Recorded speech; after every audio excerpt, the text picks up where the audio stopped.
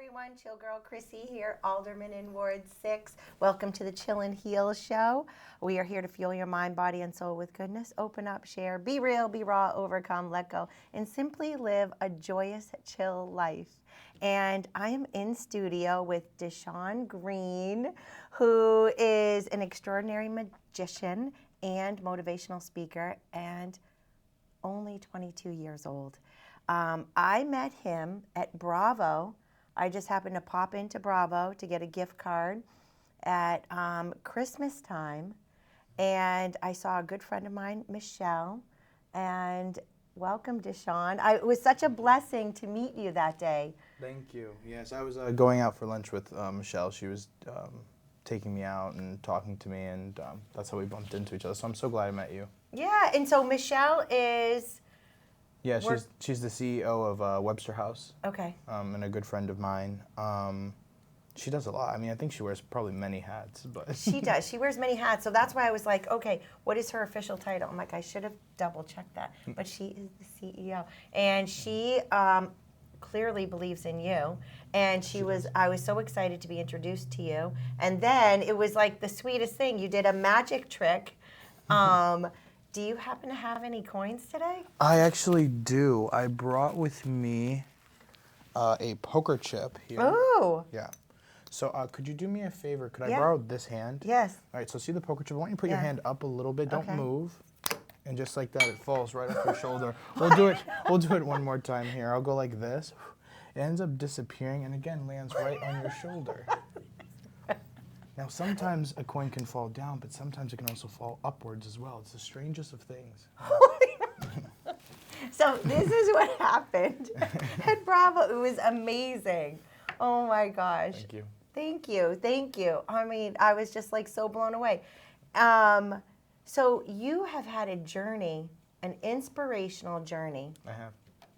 Oh my God. There's so many things, great things to talk about.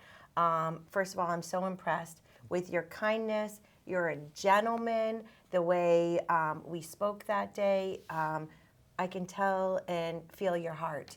And I could totally see why Peter Ramsey was raving about you and Michelle O'Malley was raving about you, and your story of how you started. Yeah. In the falling in love with magic, that spark. Yes. So you went from trauma to, what would you call it, a spark of life? The magic, understanding the magic of life. I think that there was magic in that trauma that I had to, I think, be older to see, but yeah. Yeah. And you were 8 years old. Mm-hmm. You were 8 years old. First of all, I'm going to share that you had an extraordinary TED Talk that I watched. As I say this, I had chills watching it. And it was a beautiful thing, and I loved it was just extremely inspirational, and I highly suggest everyone go to do you have a website? I do have a website. I have to really update it. That's okay. That's okay. Yeah. But I went to your Facebook, and that's how I saw your TED Talk. And it's beautiful. It's 10 minutes. It's impactful. You're only 22 years old. You have performed in Times Square in front of celebrities. Do you have any upcoming shows coming? I do. The biggest one that's coming up is November 6th at the Rex Theater. It seems so far away, but I'm already planning it. We're in scripting right now. We're going to be in rehearsals soon. This is a really, really interesting and different type of show. Well, I'm super excited. I love the Rex. I love the Palace Theater. All the people that you're connected with, just extraordinary people. Yes. So I think it's just so important to surround yourself with good people. Absolutely. And clearly you have. And do you work at Bravo? Every now and then. Every now and then. Yeah. Fill in and so forth. Yeah. That's awesome. Oh my God. So where do we start? How about that first moment? Can you share that story about you're 8 years old? So I I think I touched upon it a little bit in the TED Talk. So I grew up in Atlanta, Georgia. I was born here. Okay. But we were raised in different places, one of them being Atlanta. And, I lived with my stepfather and my mom at the time, but at the time it wasn't told to me that he wasn't my biological father. So I was raised under the roof with, you grow up and you learn in school, woman in the house, man in the house, mom, dad. Totally. So that's how I figured that's what was going on. And then one day my mom showed me a picture of a man in an orange jumpsuit and told me, like, hey, this is your real father. Yeah. And then my grandmother, his mom, flew out to Atlanta, Georgia to come see me. I feel like it's happened so fast. And, we went out, we spent a day together, and then I don't know if it was her leaving and I went with her or some other time, but I flew back to Manchester, or I should say Concord, because that's when the men's prison was, and I visited my father. And then he showed me 2 magic tricks that just sparked my entire career from here. Now that's pretty extraordinary, I'm going to share myself with, I was 10 years old, and I found out, my dad wasn't my biological dad. Wow. So I think that so often as parents, it's really hard. Do you tell your children, or when do you tell them? So my parents told me at 10 that my dad adopted me when I was a little girl. I had a great dad, and I never, I didn't meet my biological father till later. So it is that little identity crisis. I say little. You're like, okay, wait, I don't look the same as my brother and sister completely, and where do I fit in, and questioning so many different things. But I think that there's so much love that, and in knowing our self-worth, and the spark. Yes. The spark. Do you have a relationship with your dad now? Unfortunately, I don't. Yeah. As I like to say, like, I feel like for him, he decided to take that career route, and then I did mine. And I think that everyone, if you work hard enough for something, you should get what you work hard for, whether that be good or bad. So that's kind of how I see that. I worked hard to be where I am. He's worked hard to be where he is, and that's kind of... Yeah, no, I get it. And life is complicated. These are big things. And so, and sometimes it's like, maybe later on you'll have a relationship, maybe not. Yeah. We're all different. But I think the spark of life is the magic that really, no matter who you are, what you've gone through, you matter. And you can do it. It's believing in yourself. For me, God, God is a focus in my life. And sometimes you don't realize He's carrying you. And I just think it's, with all the shenanigans in this world that's going on, we all matter. And we have to dig down deep and find that spark. And so with that, you went from trauma, as you talk about, as a kid, to being a performer. But more than a performer, you're a motivational speaker. I just definitely go to Palace Theater. Are your tickets available now? No, not yet. Not yet. We're still working on it. But save the date. Save the date. November 6th. Save the date, November 6th. You, for 22 years old, you're just an extraordinary young man. Thank you. I appreciate that. Sometimes I don't feel it. Because I always have these bigger goals. I just have to remind myself, where I've been and where I am. But I'm just, I'm a chaser. Yeah. So. In one step in front of the other. And hard work, never give up, attitude. I do know you are part of, what is the Academy? The Academy of the Magical Arts. So it's in the Magic Castle in Hollywood, California. I like to call it like the Harvard of magic. But it's amazing. It's a prestigious place where it's home to millions of magicians and celebrities, and it's really cool. I mean, we've had Neil Patrick Harris be the president before. I mean, he's a huge advocate of magic. I think there are some members like, I've seen a few guests there. I don't know if they're members, but like I've known of like Henry Cavill visiting, Doja Cat. When I was there, who did I meet? I met, I'm spacing his name, but the villain from Princess and the Frog. I met him and his voice. I love his voice. I'm spacing his name. I've met CW Superman there. I know Meghan Trainor has visited there. Not sure if she's a member, but yeah.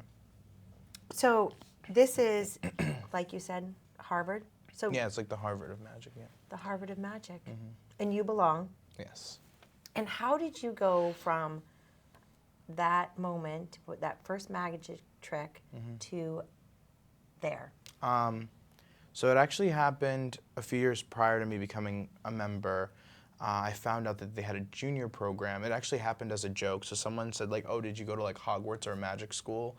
And I was like, no. And then I looked it up. I was like, is there a school of magic? And of course, the Magic Treehouse popped up and Hogwarts popped up. And then it was the Academy of the Magical Arts. And I was like, yeah, okay, no. But then I looked into it more and I was like, oh my gosh, this is actually a legit place. Like there are videos of it and like it's a real place. And I fell in love. I was obsessed. So I found out everything I could for 2 years.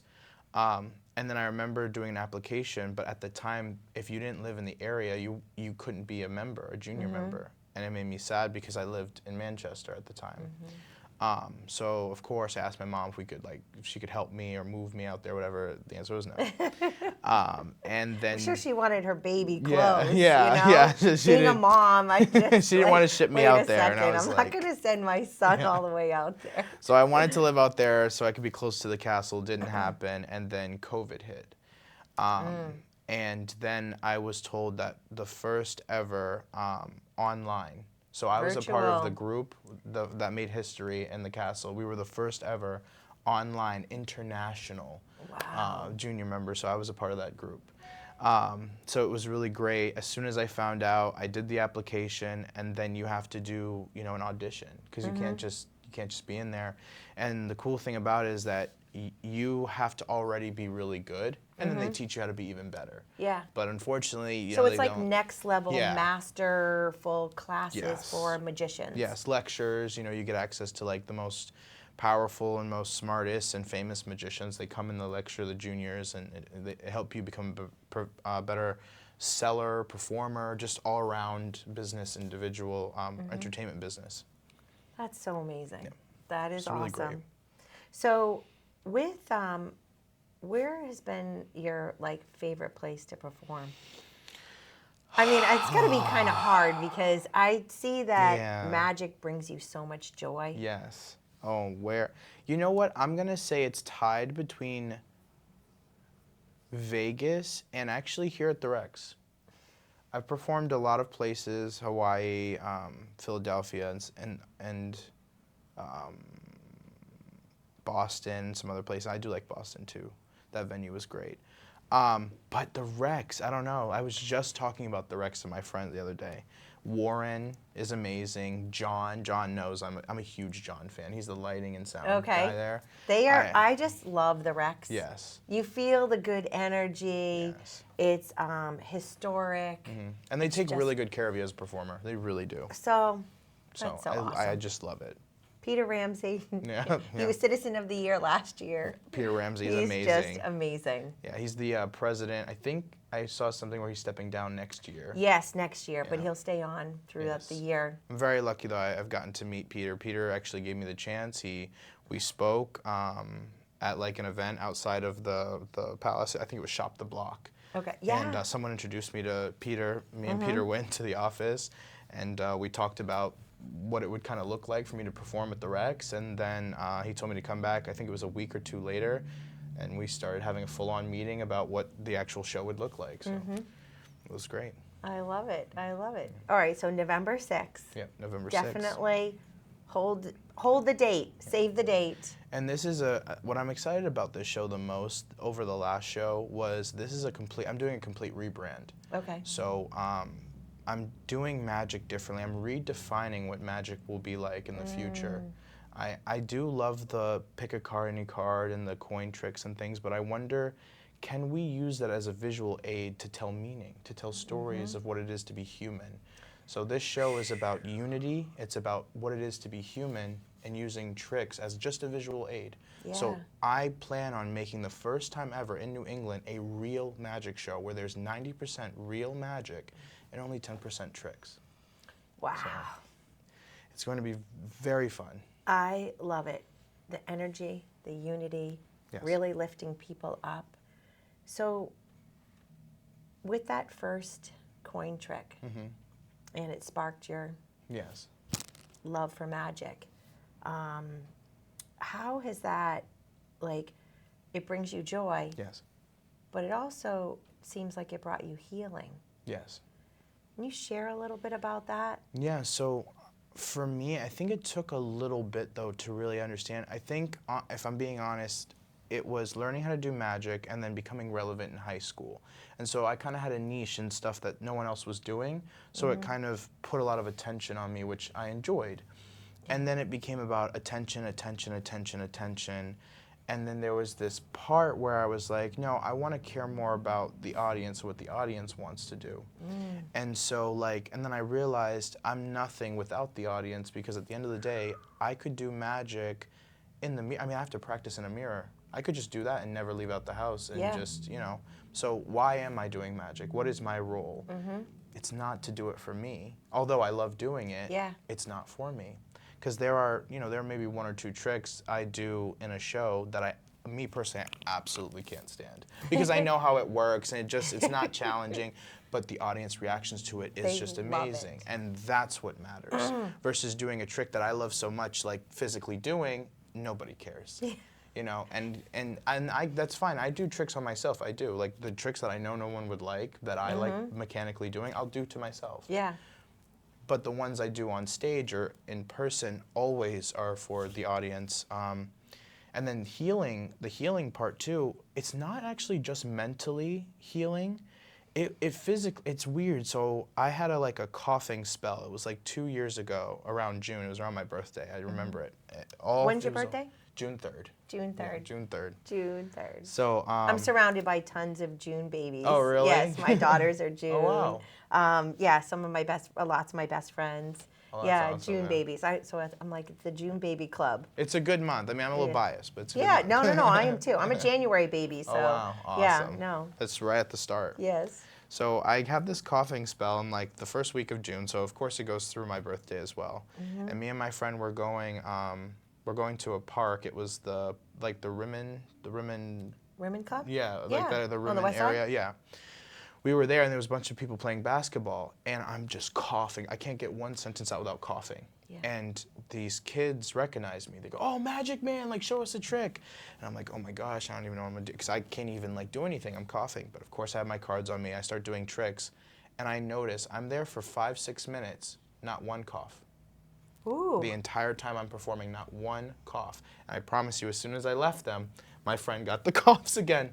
But so it fit, like I can physically do my job when I need to. Like I could be physically healing. Yes, it physically heals me for I think the time that I need to do what I need to do. And then whatever, if I fall down the stairs and can't walk proper, I think once I get to the show, my leg is fixed. Yes. And then I'll limp off the stage after. So, yeah. So you are really a showman. Yes. Like you bring it. Yeah. And how you care about your audience. Yes. Wow. And you're only 22. Yeah. So that is amazing. Because sometimes, like, I think about, entertainers and the audience wants to hear that song, their favorite song. Yes. And they're like, no, I've played that way too many times. Yeah. I'm not going to play it.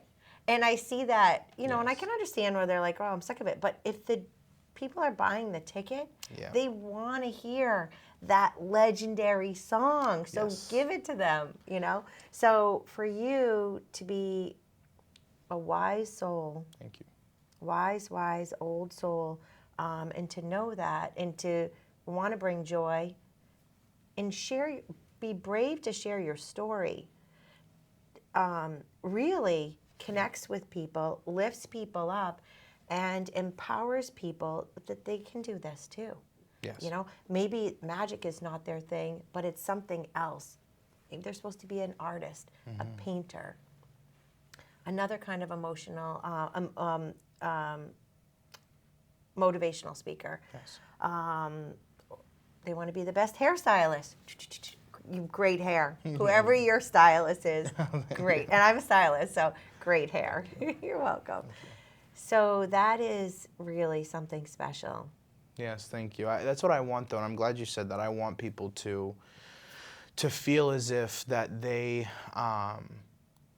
can do it too. I think that's why I kind of sacrificed putting my story out there, because I thought to myself, well, if I do this, I don't want people to think that it was like all handed to me, because then there's no hope in that. Right. But it was kind of a fight, being like, well, you know, I have control over my image, so like I can make it so that I came out of nowhere and things like that. But then I realized, I won't help anybody if that's not saying that I would lie, but just not say anything at all and let people kind of come to their own conclusion. But I thought to myself, you know what? No, let me share this. Let me share that like I am a human being and that I struggle, and within your struggles, you can use them to find magic and strength And help others. Yes. And, you know, I'm 56. And, oh, you don't look it. Oh, No, thank you very much. Good for you. So I'm 56, and when you were sharing that on your TED Talk, I had no idea how old you were. I had no idea. But I guess my point is, I related with your story of, you know, when you found out your dad wasn't your dad, you know. The relatability is really, it's that connection, and people are like, hey, we're not alone.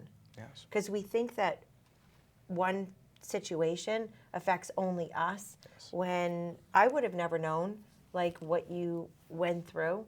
I mean, and just because if someone lives in a fancy house or doesn't live in a fancy house, or if someone thinks that everyone has a perfect life, no one knows what goes on behind their closed doors and what their struggles are. And, you know, as a mother, you know, I'm always like, I'm grateful my mother chose life. I'm grateful that she made the decisions that she made for me. You know, yes, I didn't have my biological father in my life, but she got married and my dad adopted me.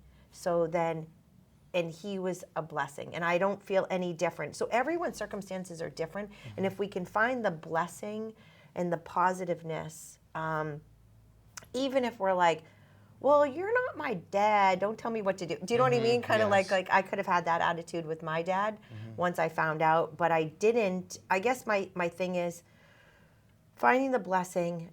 Some people have it easy, but what's easy nowadays? Right. What is really easy? You know? I mean, I feel like I had an easy life, even though I had my identity crisis. I mean, I don't know what you call it. Yeah. It's complicated, you It know? And, but thank you for being so bold to share. No problem. Because there are so many people that, you know, if their parent is in jail, or if they're, or, you know, they have this gift, but you worked for it. Yes. You worked Every for it. step of the way. Every step of the way. And so that is remarkable.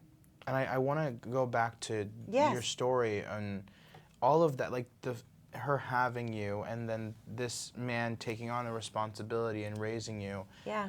That right there, that's magic. Yeah. I think that even us as magicians, and me when I first started out, we think that what I just did in the beginning, Yeah. that's not magic. That's a trick. How you felt about Whoa. it, that was the magic. The interaction we're having Yes. here, magical. Yes. Graduations, your firstborn Yes. child, a marriage. I mean, this first kiss, like going to a Super Bowl game with friends and eating chicken wings and yelling at a screen and they can't hear you. That's magic. You know, when you guys come to the show, you're going to be nudging, I'm going to tell a joke, you're going to nudge a complete stranger as if you've known each other for years, and then you guys will discuss it during the break, and maybe it might spark a long friendship and something like, and so true. that is magic, and that's why I mean that this show is going to be, I'm going to be highlighting that, 90% magic, and just, you know, we're magicians, so there's got to be some tricks. Yeah, totally. But 10% tricks, and the 10% are very heavy hitting, Oh very my visual, gosh. new stuff that no one has ever seen me do, and a light that no one has ever seen before. And it's kind of the TED Talk meets my regular magic, so it's just next level magic. Yes, it's new branding, next level, and I hope that it will bring people together, and the goal of the show is just to create unity in a space where we're always just at it. I think right now, this is my version of saying something, because as a performer, we don't really get to say much. Yeah. You know, being afraid of being canceled or, you know, having our jobs been taken. So I had to find a way, how do I speak on things that aren't necessarily politics? Because I personally don't look into them, only because if you want to know what it's like to be human, be human. Connect. Connect. Connect. Talk. Yeah. We were complete strangers. Yes. You know? And my friend Michelle, you got to meet DaSean, you know? And the magic starts with connecting. Absolutely. Oh my gosh, and bringing so much light. So I know we only have a minute. Where can people find you? You can look me up at DaSean E. Greene on Instagram, or if you look up my name. And it's D-A. Yeah, DaSean Greene. Okay. You've got to check him out. Thank you. I will definitely add the TED Talk to this show, and I'll have to have you back on. Thank you. I'd love to. This has been true magic. You know, for me, it's like Holy Spirit when you can feel the goosebumps. Yes. You know, and connecting and sharing and lifting people up. Thank you for bringing the magic today, DaSean. What a blessing. Oh my God, thank you. Until next time, stay chill, and you're going to have to come back on sooner than later. Amazing, amazing. Thank you so much. God bless Manchester, and chill on.